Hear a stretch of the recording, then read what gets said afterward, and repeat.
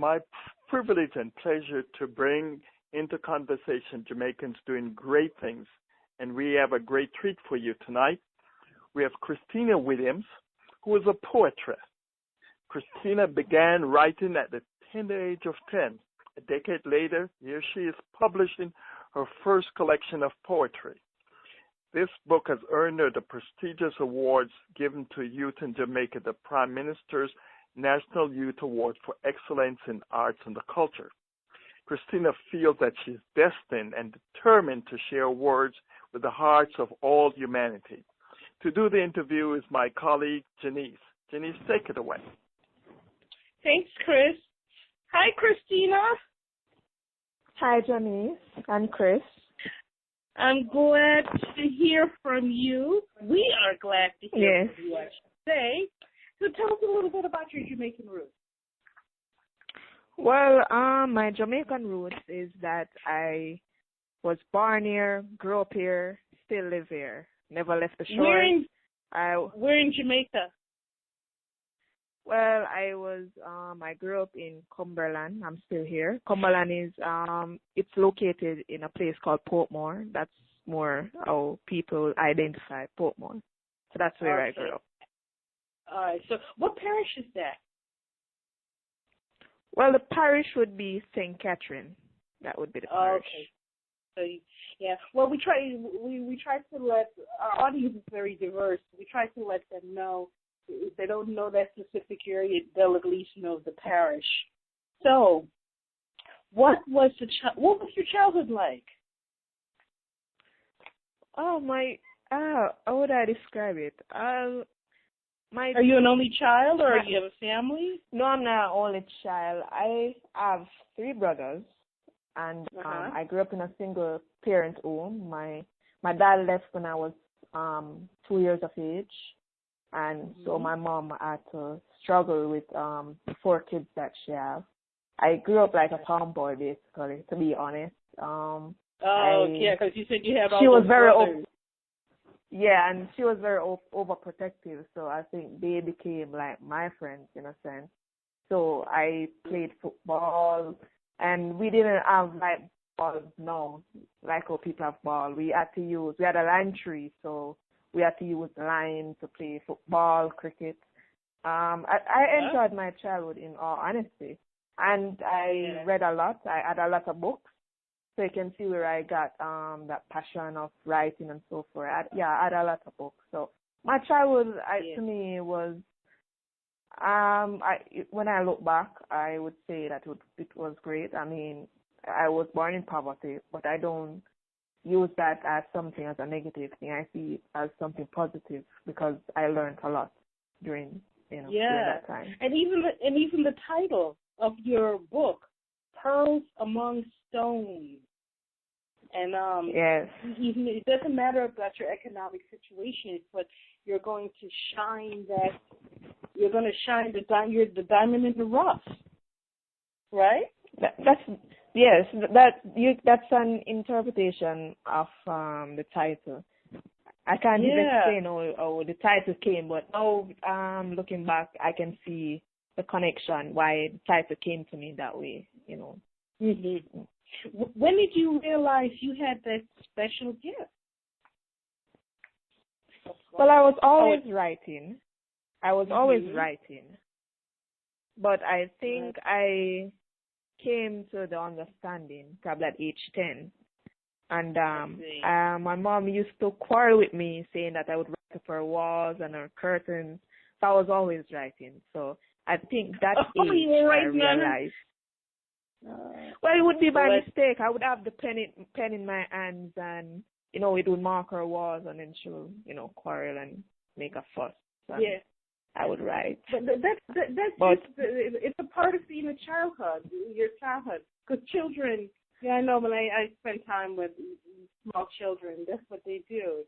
You get some crayons, and then they see a blank wall. They're seeing a canvas. They're like, oh! So, yes. It's nice stuff. What triggered the moment to put the pen to paper and express yourself with words? You say at 10 or? Was there something that happened and that was a way to let out your emotion? Well, as I said, I was always writing, but I think that what led me to write, I would say life. I mean, there was a lot of battles of emotions, a lot of things going on as a child, poverty, the lack of having a father figure.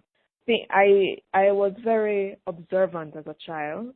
I observed things in my surroundings that some people might say would be grown-up stuff. Like I would engage in conversation of religious or political. So I was very engaged, I guess, because of I was mostly surrounded by adults. And so I was very open in those conversations.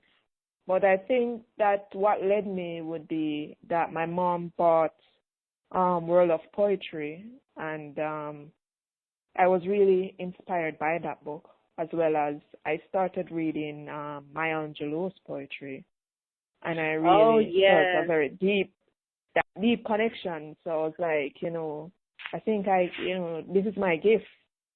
So I wouldn't say there's a specific movement per se. Yeah. It's interesting that you should mention Maya Angelou, because yesterday I was actually watching American Masters. I don't know if they have it since you're based in Jamaica, they may not show that there. It's called American Masters. But if you go online and type in American Masters and type in Maya Angelou, you could actually see a documentary that would probably encourage you more. But it was just so interesting that you would have mentioned her in this interview. Who are your role models? I know that Maya Angelou was one. Did Louise Bennett play a part? Yes, because I grew up performing her poems during school times, actually. So most definitely, I see her as an inspiration in terms of exposing our language globally and to stamp our identity in that way. So most definitely, she is actually one of my influences. I would say my mom. Yes. Also my mom, that strong black woman of what she went through. And Tupac, Tupac, people might see him in a negative way, but actually Tupac has a book, and it's not those rap things that he raps about. It's real life. The book is titled The Rose That Grew from Concrete. It's one of the most profound poetry books that I have ever read. So Tupac, Bob Marley, Langston Hughes, and Emily Dixon. These are individuals that inspire me. And there's also individuals who are not yet known to the world, but this young man called Collard Freedom. He's from Nigeria. I'm very inspired by his works. Also, artists. I love roots reggae music and neo soul. I recently heard this artist. She's actually Nigerian French, Asha, and I was deeply inspired by her music. So also Tracy Chapman. So I mean, artists do inspire my music as well. Oh, definitely. And then to piggyback on what you say about Tupac, is that if you notice, not the rap music that you're hearing now, but say the rap music in the 80s and earlier, they weren't commercialized. It was more, it didn't become mainstream at that point. And if you listen to that type of rap music, it has a much more earthy feeling, and they just experience what the artist is observing in their surroundings. They speak of the experiences that they were, right. Yes. Right, and then they speak of a certain respect. If you hear the music, it's the lyrics of the rap music, and of course, rap is really just poetry played with music in the backdrop. I think. I mean, how do you feel about that? I'm talking about the positive rap, not the stuff you're hearing now. But I mean, You say the But I don't listen to the current. I know that's unusual for a young person who don't listen to the current music. I mostly listen to the old time music, because I'm attracted to words. So if it doesn't have any, positive words. If it doesn't have any positive meaning, and if it's not speaking to my soul, then it don't have no interest to me. So this is why I said, I listen oldies, Jamaican oldies. I listen old school rap. I listen to neo soul. I listen to roots reggae. These music are spiritual. They're there's a type of caliber, to do these type of music. It's not just they uplift and then they it's uplift very you positive. in a different way, I think. Yes. Say the music, say your rap music from 80s and earlier. They uplifted you in a different way, made you more conscious, as opposed to the stuff now where they're encouraging violence, crime, and a lot of misogyny, which is what I have a problem with. What do you feel is the value in this art form? The art form of poetry. Value. Well, poetry, I've always been a fabric of society, and what poetry does is it retells history, it educates, it informs, it's very expressive, and Jamaica is a expressive and cultural country, and we have so many talented people. I've met a lot of poets in Jamaica. And the value, basically, the poetry can do so much. It can do so much if it is pushed by, people who are in the industry, the government. We can achieve so much with it because it shows our identity with the world, basically, and it can heal people. It can heal because poetry is also a form of therapy. So there's a lot of value. It's like the value. It's a catharsis in a way. It's a catharsis. Yes. And the subjects you choose to address in your poetry are? My subjects. I like to. People sometimes would say that I'm kind of somewhat radical, but I don't only have radical poems. I have a variety of poems, and I address social issues, and that's a very broad topic. So to break it down would be that I talk about European ideology of beauty.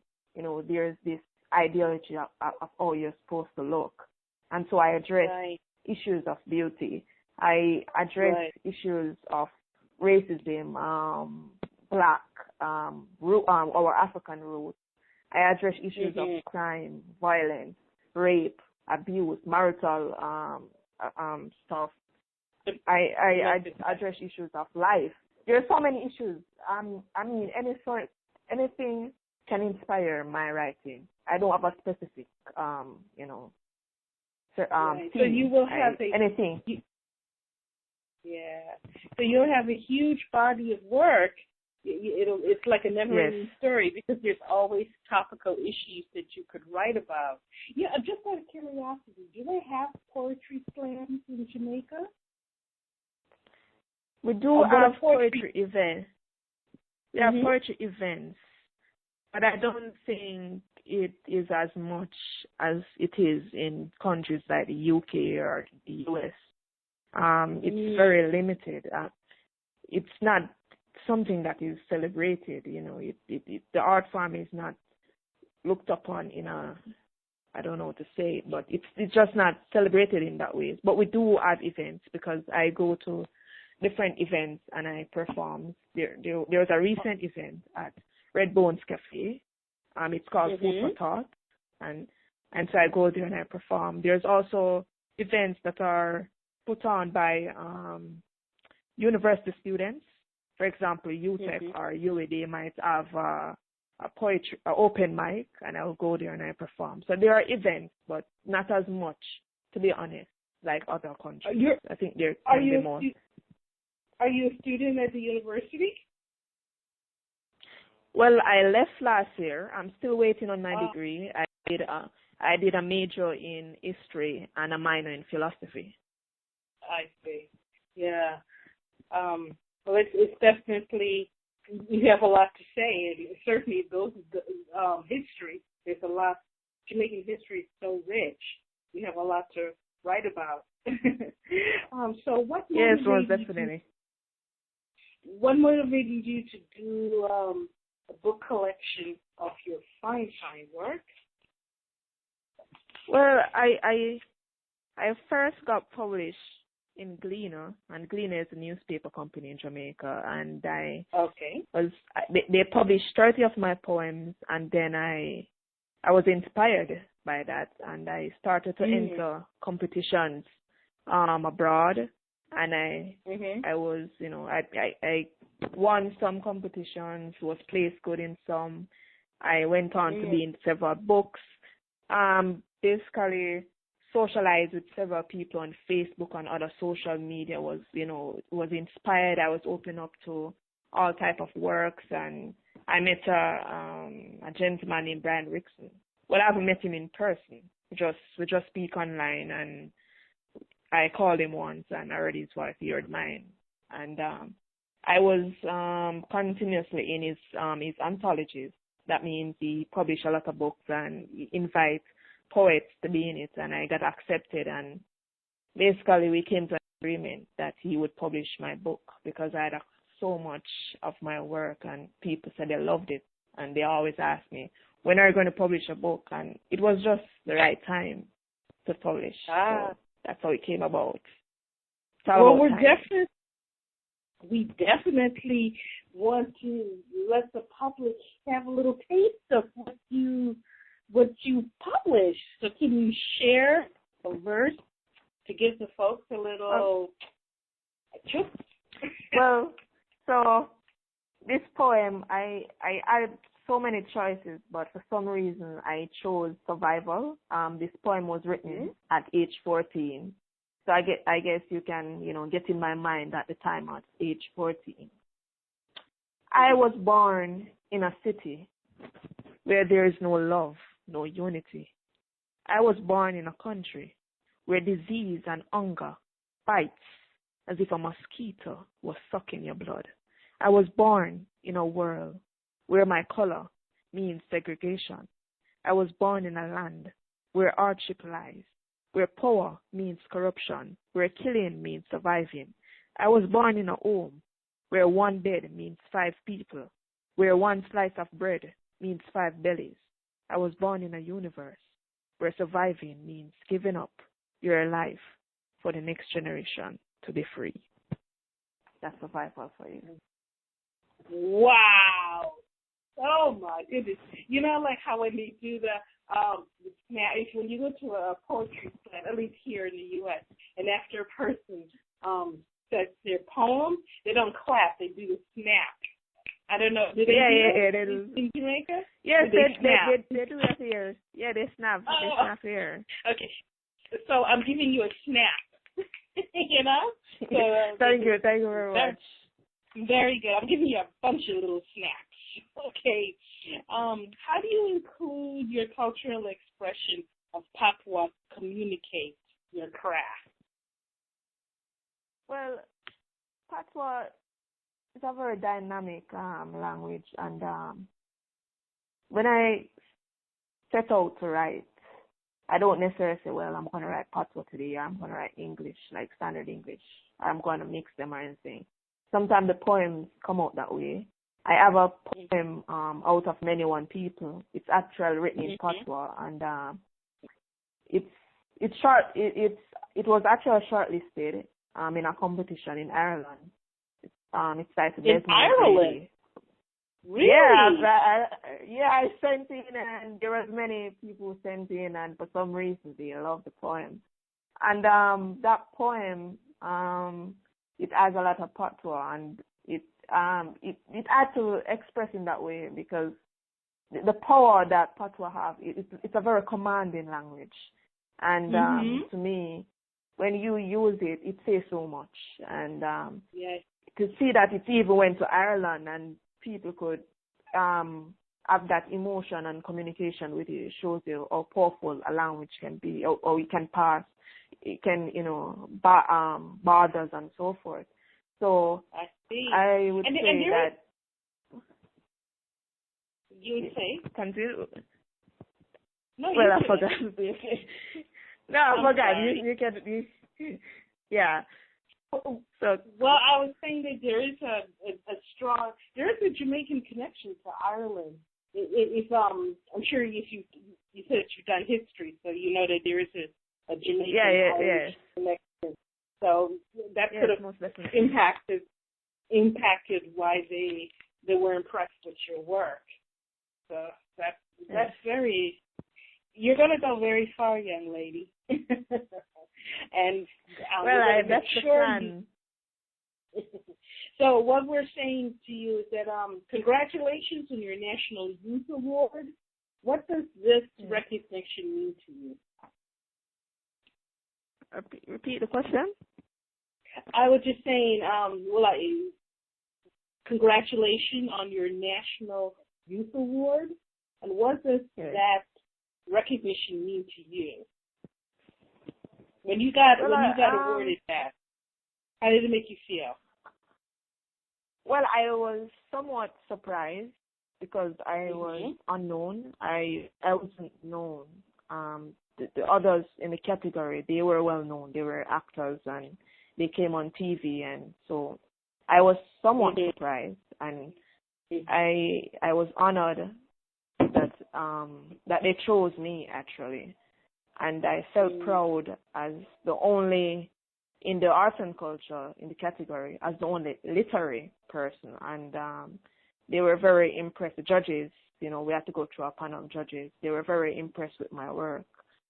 So, so I am honored, and it means a lot that your country, recognizes you. I mean, that's the highest award you can get when your country acknowledge your gift and your contribution, and it's a form of encouragement to continue for yourself, not only, but to inspire others, because I did inspire other poets, because I'm in a circle of other poets, and so they felt, that somewhat we're getting some recognition now, because based on who else was in the category. So it do mean a lot to me, and it do mean a lot to others in the poet world, basically. And my final question for you is that because you are an artist, as a poet, you are an artist, give us a final word of wisdom. My final word of wisdom would be that whatever you do, you should do it to your best of your ability, and you should have passion, because passion, I am passionate, for example, about poetry. I love it. I don't just do it because I'm getting some recognition or I got some award. I was doing it long before the award, and I will continue to do it after. So, I mean, it's important that whatever you do it with passion, you do it with integrity, and you work very hard. You will meet up with difficulties, because when I got published, when I used to enter, they used to reject me and so forth, and I wasn't, I was still inspired to continue. So that would be my word of wisdom, is to continue, basically, and do well and have that passion. And you will go far. And you will go far. So to find Christena's wonderful work, it is called Pearls Among Stones, and you can find it on Amazon. There is a thing called Writers Page, Facebook, World Class Poets. On Twitter, it's World Class Poets #1. You have a YouTube channel, or you're on the YouTube? Yes, it just type in my name, and it will come up as well. And then you will pop up on YouTube. Awesome. And for those who are in Jamaica, they can get my book from JCDC as well. From where? JCDC, that is Jamaica Cultural Development, the arts place. They also have my book on showcase there. So awesome. Well, we definitely want the world to know about you. You've got a lot to say, and we're happy to let people know that you exist. So to learn more about Jamaican Diaspora, visit JamaicanDiaspora.com. To learn more about Chris Daly, visit digitaltogrowmedia.com. Christena, we really had a good time talking to you. Bye now. Yes, bye. Bye-bye.